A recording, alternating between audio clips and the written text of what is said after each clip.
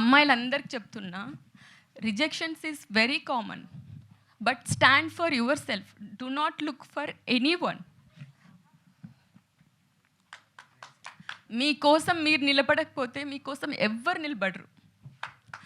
ఎవరైనా మీకు హెల్ప్ చేస్తే వాళ్ళు ఉన్నారంటే ఇట్స్ ఓన్లీ యూ. ఒక అద్దం ముందర కూర్చోండి, నిలబడండి, మిమ్మల్ని మీరు హెల్ప్ చేసుకోవాలి. బికాజ్ ఇంట్లో వాళ్ళకి కానీ మనం ఫేస్ చేస్తున్నవేవి అందరికీ చెప్పుకోలేము, ఒక ఫ్రెండ్కి మాత్రమే చెప్తాం. ఇది ప్రతి ఒక్కరి ఇంట్లో జరిగిన కథ.